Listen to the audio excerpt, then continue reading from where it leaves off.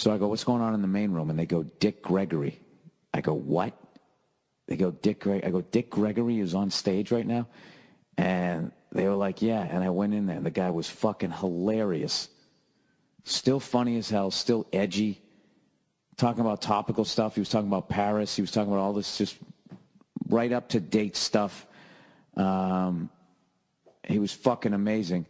So that gave me a charge. So then I go into the original room. They bring me up. I start doing my thing. Everything's going great. You know, I did my little wage gap joke, and then I get off stage. Thanks a lot.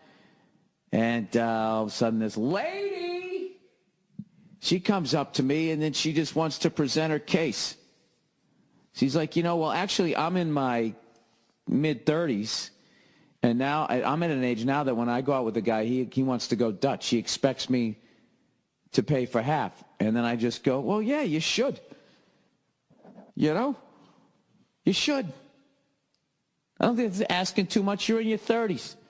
You've demonstrated that you're not a first-round draft pick at this point. You're fucked up like me. So, I know I'm fucked up. I know you're fucked up. Or maybe too driven to commit to anything. So, we got to keep each other at arm's length here, right? So I pay for my shit, you pay for your shit. I couldn't even listen to, that's your big fucking complaint in life, that for the first 30 years, you got free fucking food and drinks. Like as a guy, do you know how far back into my life I got them? They get to live like 8-year-olds. Remember when you were a kid, you just walked around? As a kid, you had no money. You went out with your parents. You had a whole fucking day. You ate. You had drinks. You fucking, no, not booze, but, got yourself a high C, whatever the hell you had. Went to a ball game, whatever. You never went in your pockets. The life of a kid. You essentially, not like, look, I obviously know women don't just not pay for fucking anything, but I'm just saying that when they get courted, you don't have to pay for shit, generally speaking. Right? So anyway, so she comes up to me. I just didn't want to fucking hear it. And I made the mistake. I treated her like a guy, and I feel bad. I just gave her shit. And then she was like, oh, you're being mean and everything. I'm like, it's a comedy club. We're comedians. This is what we do. And then she wanted to make her fucking point. And I just, I said, all right. And I just walked away. And then, of course, I made the mistake of asking another comic. I go, was I just too mean there? And he's like, yeah, no. Comedian will never say you're too mean. No, seemed about right. Felt like the right level of it.